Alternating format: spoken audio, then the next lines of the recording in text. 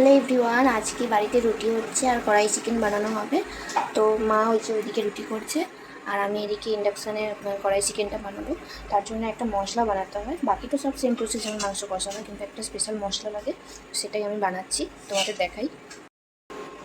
তো আমি এখানে ইন্ডাকশানে কড়াই চাপিয়ে দিয়েছি আর যে মশলাগুলো দিচ্ছি সেটা হচ্ছে দারচিনি, আচ্ছা কিছু গোলমরিচ,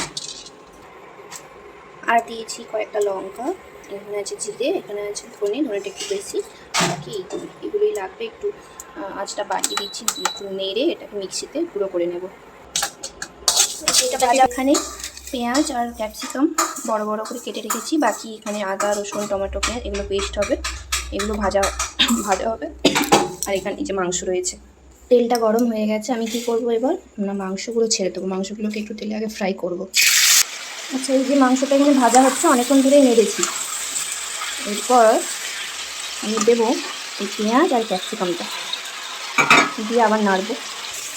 এখানে যে আদা রসুন পেঁয়াজ আর টমেটোর যে পেস্টটা রয়েছে, এবার এটা দিয়ে দেবো, দিয়ে ভালো করে আবার নাড়ি। এখানে কোনো লঙ্কা দিইনি পেস্টটার মধ্যে, কারণ লঙ্কাটা তো আমার গুঁড়ো মশলার সাথে গুঁড়ো করে দিয়েছি। আর নুন,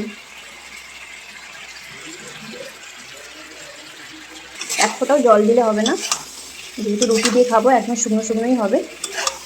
আর মাংসের নিজের যে জলটা রয়েছে ওটা দিয়ে এটা পুরোটা হয়ে, মশলাটা দিয়ে কষানোর পরে মাংসটা চাপা দিয়ে দিয়েছিলাম, তো খোলার পরে দেখা যাচ্ছে কিছুটা এইরকম। এই পর্যায়েতে দিতে হবে এখানে 1 বাটির মতো টক দই আছে, 1 বাটি নয় একটু কম হবে। আমি ভালো করে এটা ফেটিয়ে নিয়েছি, টক দই রান্না ইউজ করার আগে ফেটিয়ে নিতে হয়, ক্রিমের মতো বানিয়ে নিতে হয়। তো আমি এটা দিয়ে দেবো মাংসের মধ্যে, এবার একটু নেড়ে নেব, খুলে দেখি কেমন হয়েছে। প্রায় মাংসটা সেদ্ধ হয়েই গেছে বোঝা যাচ্ছে। এই পর্যায়ে এবার গুঁড়ো মশলাটা দিয়ে দেব, যতখানি গুঁড়ো করে রেখেছিলাম পুরোটাই দিয়ে দেব। দেখো কালারটা কেমন এসেছে, মশলাটা দিয়ে দিতেই পুরো কালারটা চেঞ্জ হয়ে গেছে, আর দারুণ টেস্টি একটা দেখতে লাগছে। একটু চাপা দিয়ে দিই। রান্না আমার হয়ে গেছে, দেখাই তোমাদের। এই যে দেখো, কালকে বৃহস্পতিবার, ওই জন্য বেশি মাংস আনেনি আর অল্প করেই হয়েছে।